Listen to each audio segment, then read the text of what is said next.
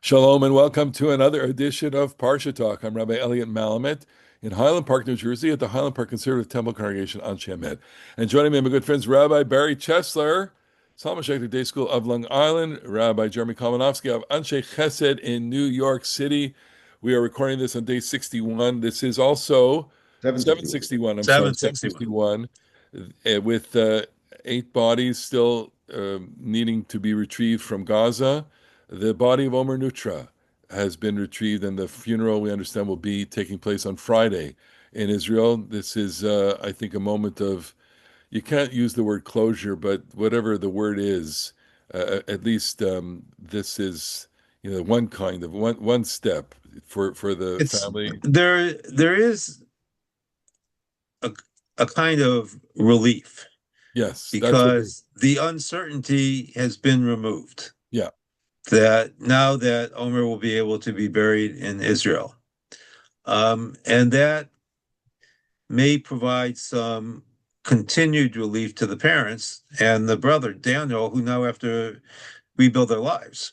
you know, For the last 2 years, they've spent almost their entire devotion to to getting the Omer's grieving. body back.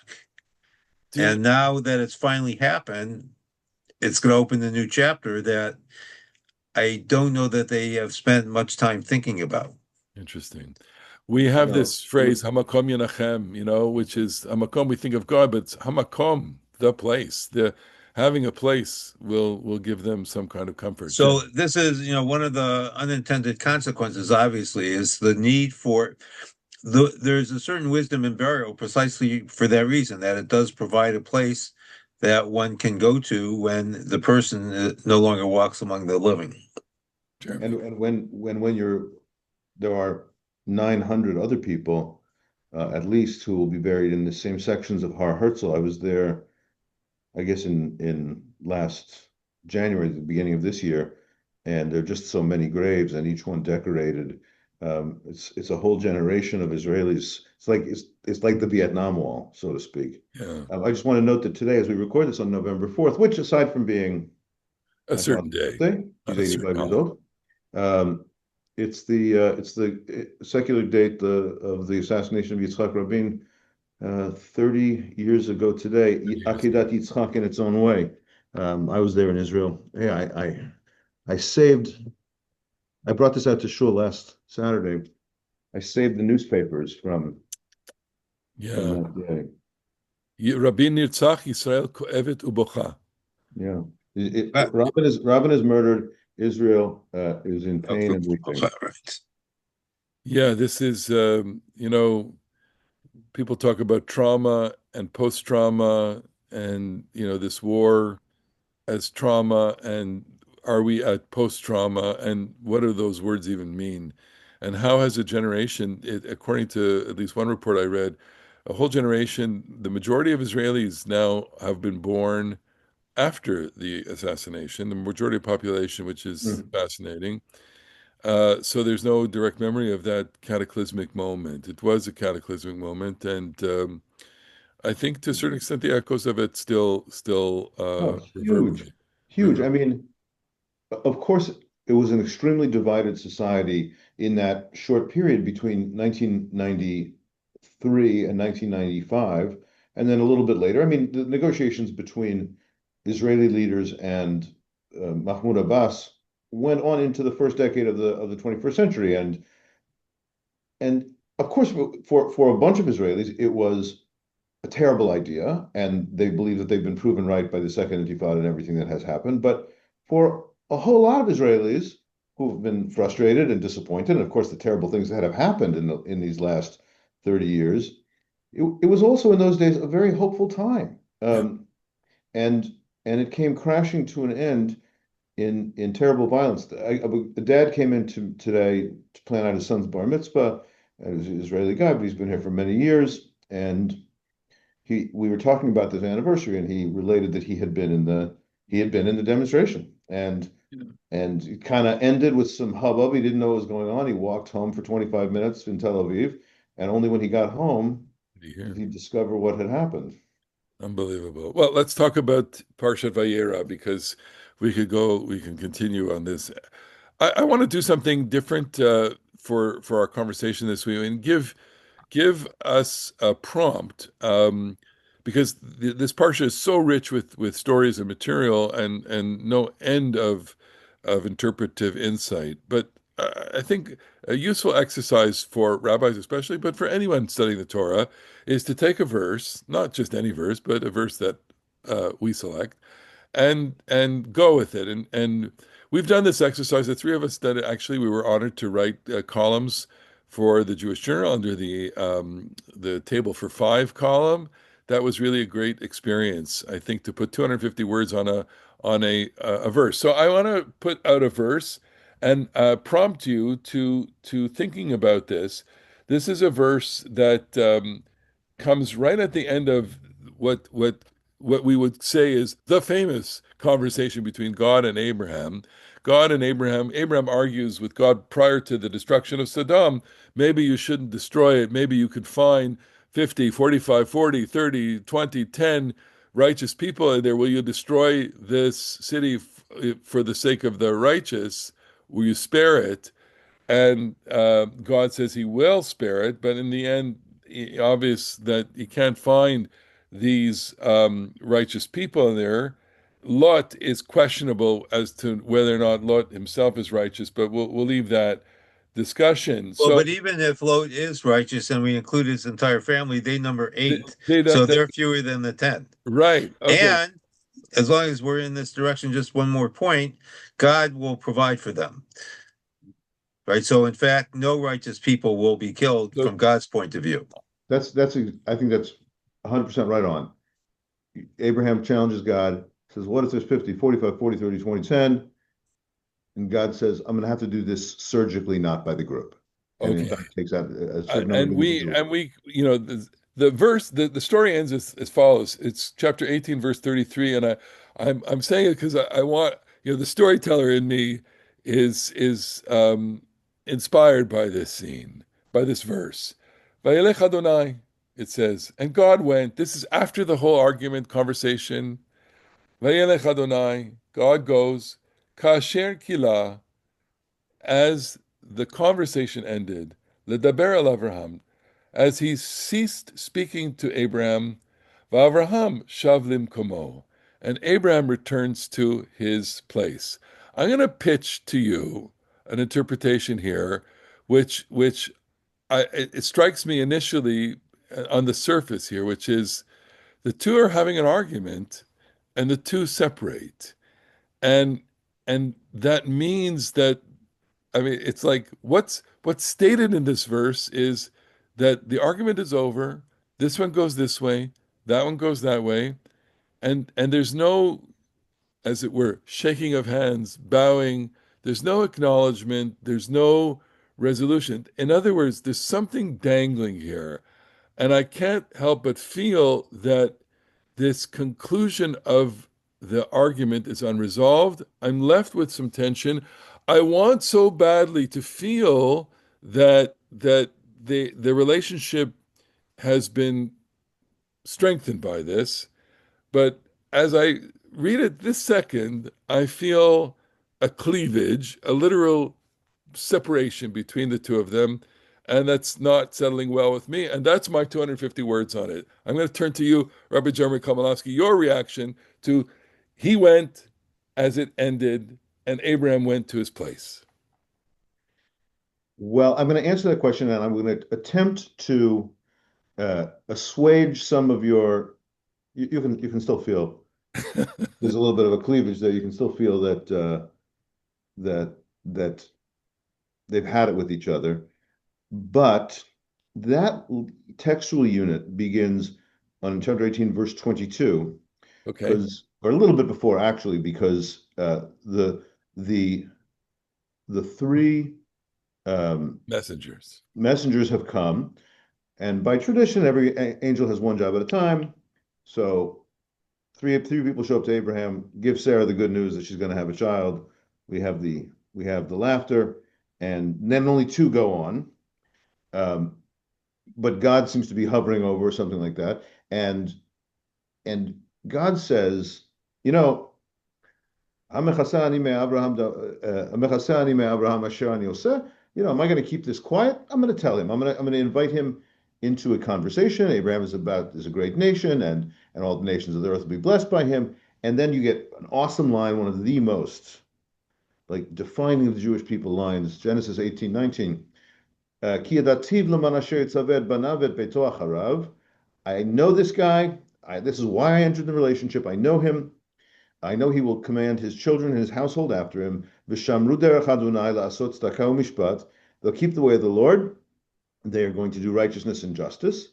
And that is what's going to leman hevi Adonai al Abraham et asher diber alav. And that will enable me to give Abraham the destiny that he deserves. And then God says, Za'akat Sodom va'amorah ki rabah.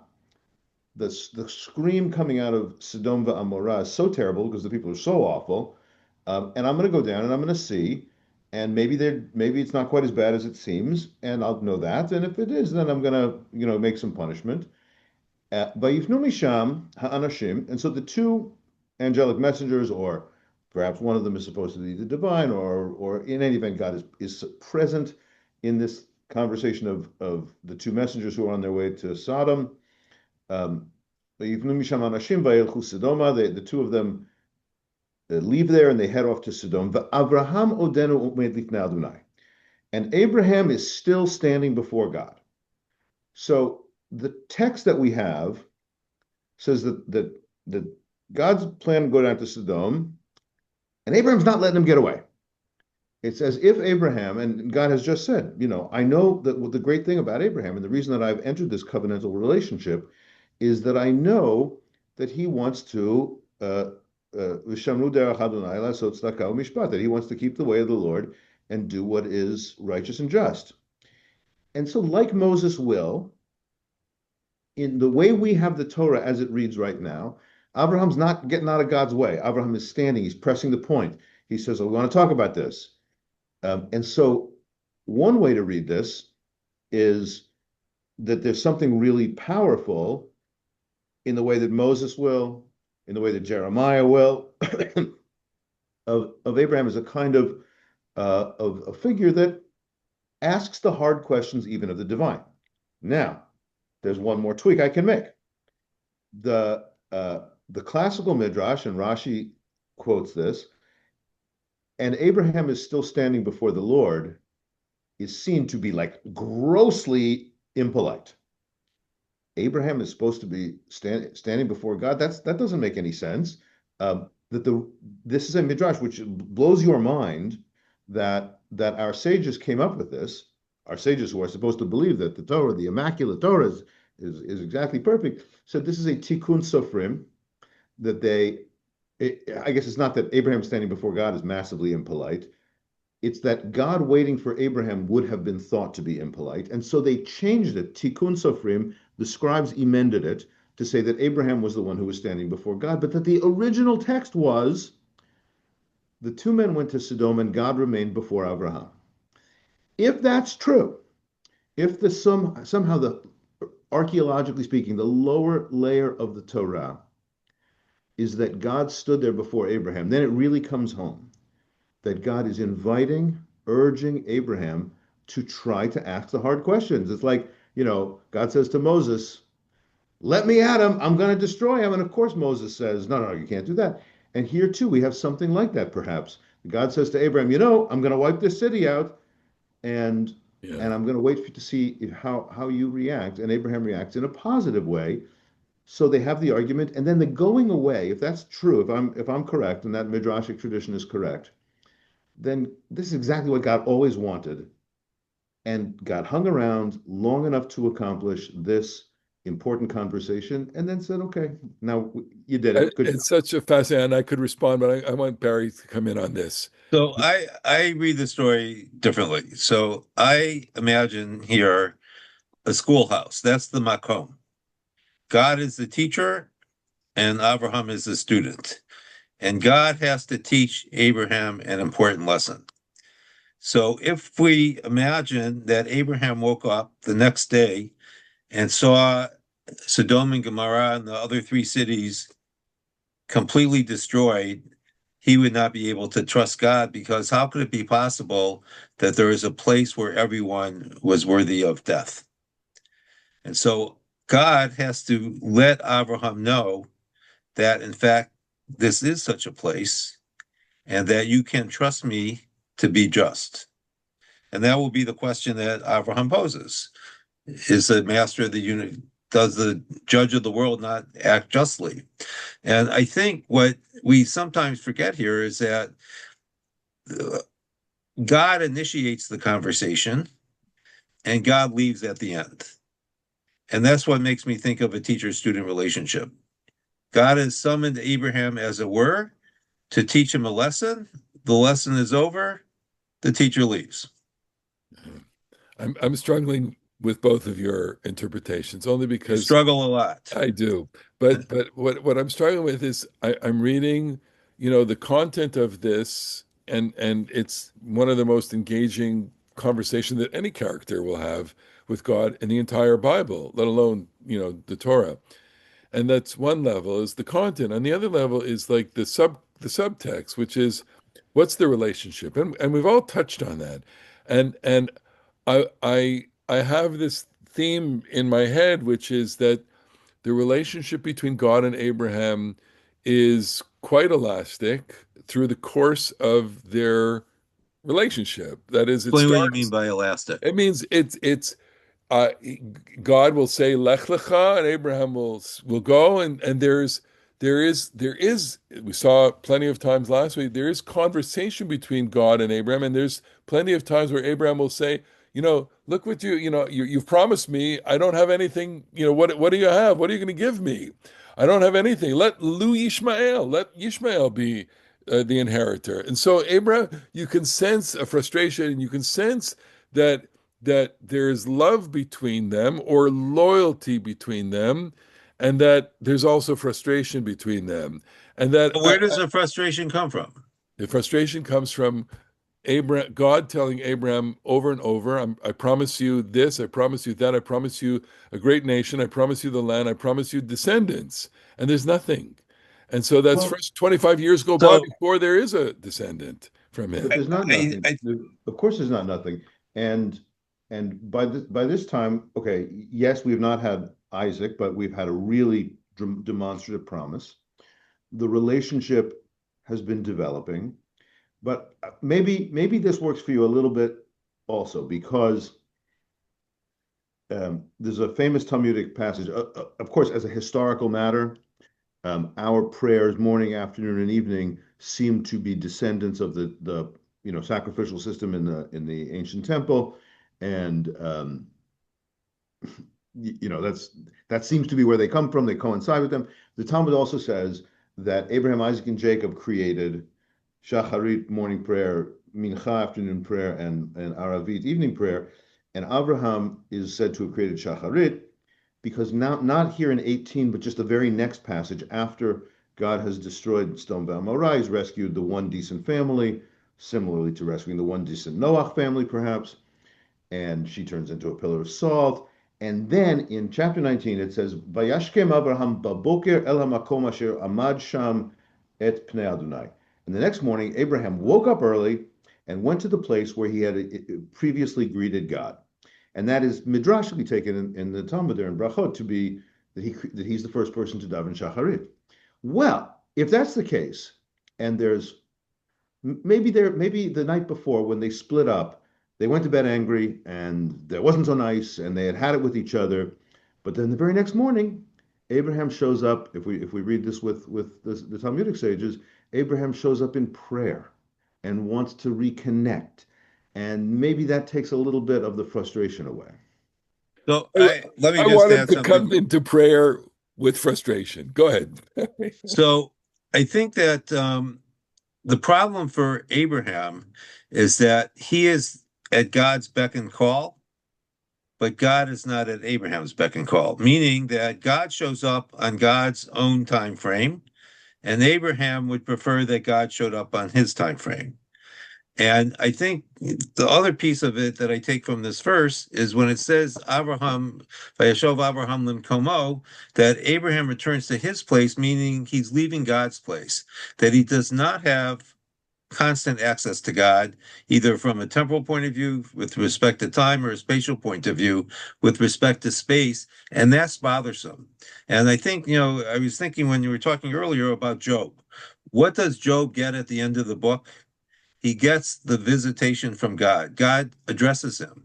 And that makes up for everything that has happened to him. He doesn't get an answer to his question.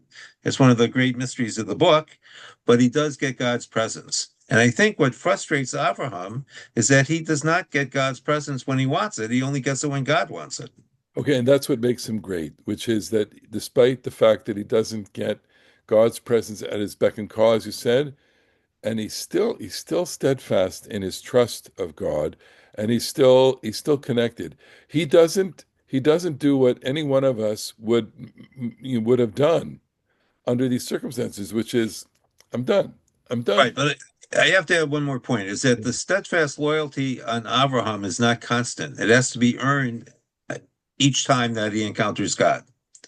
Who earns what from whom? Abraham earns God's trust, meaning that he is able to find a way to trust God each time that God comes. He doesn't acquire when God says lech lecha, he goes, but I don't know that he's trusting God 100% at that time. He comes to trust God in the course of his journey. I, I, And I I see it completely opposite, which is I that know he, that you often do, and that's why we have good no, but the point discussions. is he trusts God despite the fact that I don't want to use language here, but despite the fact that it doesn't go well for him, and No, but he learns to trust. It's not, in other words, it's like, faith is not something that's given, it's something that's earned. No one has the same faith every day of his or her life. It goes up and it goes down. okay, And I you I have don't know these, if that means, I don't know that part is true. I don't know that that means that the object of your faith has earned it or failed to earn it. I think that I feel about my own life, of my own times when I'm really attuned in, locked in, enthusiastic, or I'm alienated. I really feel like it's entirely me who is or is not dialed in But or yeah, whatever. I want to just put this coda on it, which is Abraham. I think becomes, at least for me, an exemplar of the vahavta, not in the sense of love, but in the sense of loyalty, which is loyalty despite everything, despite all the hardship that he went, all the waiting, all the frustration, all the vicissitudes of that. It's despite all of that, he continues. It's like saying to people, and I've been watching the testimonies and the interviews of these hostage survivors who say, "Look, I believed not in God necessarily, but I love life. I want to live. I want to survive." And their tenacity is what sustains them. And I interpret Abraham here as the tenacious one, the one who despite everything, and let's just take 5 minutes to talk about the Akedah, because we have a similar verse at the end. And here I'll prompt you on this. I think of Abraham's tenacity. So at the end of the Akedah, verse 19 in chapter 22, here you have Vayashav Avram el Naarav. Abraham returns to his sons, or to the stewards, the young men, the young boys. Vayakumu, they went. Vayalchu yachdav, they go together. El Beer Sheva, to Beer Sheva. Vayishav Amru Beer Sheva, and he dwells there. Isaac conspicuously absent. So that's the easy fruit for me, that to prompt me, which is, well, he goes there. Where's Isaac? I don't know. And something happened. I and I'm hurt by it, I guess. I'm in pain in this verse, but I want to. Oh, this is I'm this is laughing out of pain. Go ahead, oh, Jim. no and that's because your name is Yitzchak. Indeed. Okay. So I think what's important here is there's another person missing here, and that's Sarah. Yeah. And I heard Shalom Paul Zal many years ago. He came to my shul in Park Forest, And he said that the reason why Abraham and Isaac do not leave the mountain together is because when the father lifts a knife to the son, no matter what the reason, there's nothing else to say. And that is a rupture in their relationship that cannot be breached. And so Abraham may have earned God's trust, but he lost his son in the process. Totally agree. You have to agree. Yeah. Um, there's a and it's only because then chapter 23 is Sarah dies, but she is virtually absent from the story, and it's something that modern people, um, with feminist outlooks and whatever, maybe notice in a very unmissable way. But there's a great poem. Um, it's in the Sephardic liturgy. I use it also. What's the name of the author? I'm finding it here. Um, Yes, he's Shalom Beit Sephardi. Abbas, Yehuda ben Shmuel ibn Abbas from Fez in the 12th century. It's called Eight Sha'arei Ratzon Lehipateach. At the hour that grace, it's to be blown on the second day of Rosh Hashanah. It's to be recited on the second day of Rosh Hashanah as the shofar is blown at the moment that the gates of grace open, and it retells the story of the Akedah, and the refrain is great refrain, Oked, v'hane'ekad, v'hamizbeach, the binder and the bound and the altar. And one verse is devoted to Sarah. Amar Sarah ki chamudech Yitzchak, gadal v'lo lamad avodat shachak.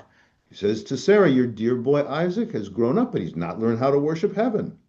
Elech ve'orehu asher lo el chak. Let me go and show him what he owes to God. This is a great line in Sarah's voice. Amra lecha adon aval al tirchak. She says, "Go ahead, sir, but don't go far." She knows that there is something that's not going great. And he responds, she knows that there's this foreboding, terrible thing. Anan, he responds, Yehi libech be'el boteach. May your heart trust in the Lord.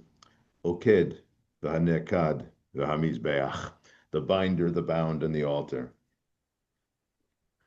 I'm So not what do there. you think the most surprising part of the Akedah is? What do I think the most surprising part of the Akedah is? Not that he doesn't do it. I think that he, I mean, literarily, storytelling wise, it's the interruption of it. But I I I I I am I'm in the moment where he reaches for the ma'achelet, and I that is the moment. It's I've been playing this out. I think I mentioned it last year, or certainly in a teaching, which is, you know, the frame by frame analysis of this is we have been influenced by art to think that the knife is next to the neck, okay, and I don't think so. I think it's Vayishlach yado, Vayishlach Avraham et yado, Vayikach et hama'achelet lishchot et beno. So it's his arm is out here, not next to his neck. Okay, Wait, act that out again? okay. I'll stand up here, which is Vayishlach, Vayishlach. Ah, he read it for me. Where is it? Vayishlach Avraham et yado. He sends his hand out. Vayikach et hama'achelet. The machelet is somewhere else. Lishchot et beno. He takes it, but it's still there. It's not at the neck. So It, he has made no move towards Isaac. That's what you're saying. exactly. And I'm reading that's the compassion. Okay, it's Well, I that can works. God is saying there the it's I will not even let him come near his neck with the So knife. this coincides with. I don't remember if we were recording it yet or not when we said this, but I think it was before we started recording today that the Abraham who must intervene on behalf of these Sodomites that he doesn't even know, and he doesn't even know, maybe he does know what, rotten scoundrels they are. And this guy, by the way, who last week went to war with 308, with a delegation of 318 guys, went to war to get his nephew Lot back. He's got to know where Lot lives now. So again, he's presumably arguing on behalf of strangers and not maybe too concerned about his no good Nick nephew. But in those cases, he does seem to be caring more about strangers and does not seem to be caring so much about his own child. I offer the view that this story, that story is about his ethics in the world. This story is about his trust in the covenantal process. That Hashem has said, we're gonna do this together. You're gonna build a great nation, and you're gonna command your household afterwards. Shamru derech Adonai, to keep the ways of the Lord. And so, what you just said, acting it out, if if Abraham is again demonstrably saying, "Okay, I'm obeying," are you really going to let me go through with this? Then the answer is, of course, Abraham, Abraham. God says, yeah, yeah, yeah. You're not, don't go through No, with this. exactly. I stop you, and that's it. So I mean, I again, it's like the Zapruder film. You know, where is the? It's over there, and that's where the angel comes in, not So next. you're suggesting then that Abraham intuitively knew that he would not be Because completing the precisely task. because he said at the clue is at the beginning of the story. It says God will see to it. Elohim yireh lo haseh olah beni.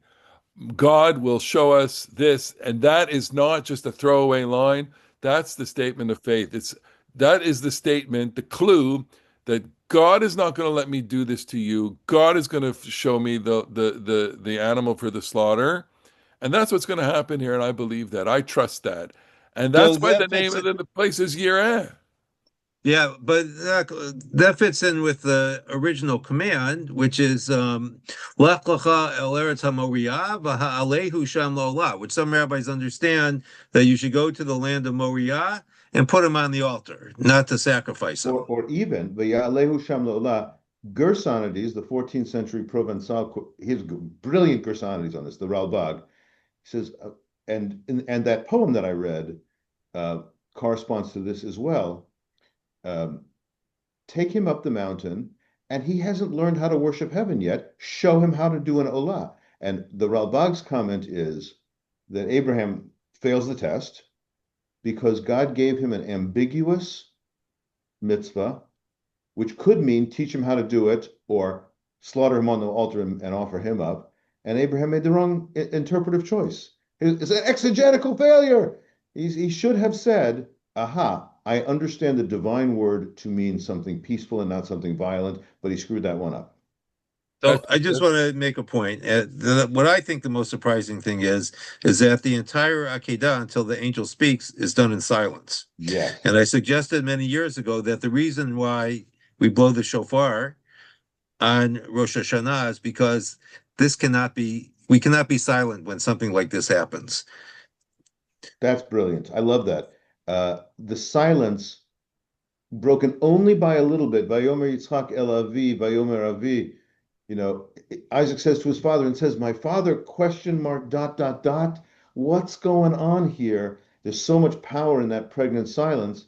And Vayelchu Shnehem Yachdav, and then they walk on together. So in the virtually zero dialogue, or not quite zero zero, but almost zero zero dialogue, the two of them walk the covenantal path together, which is why I am attracted to that kind of game of chicken quality. I'm trusting you.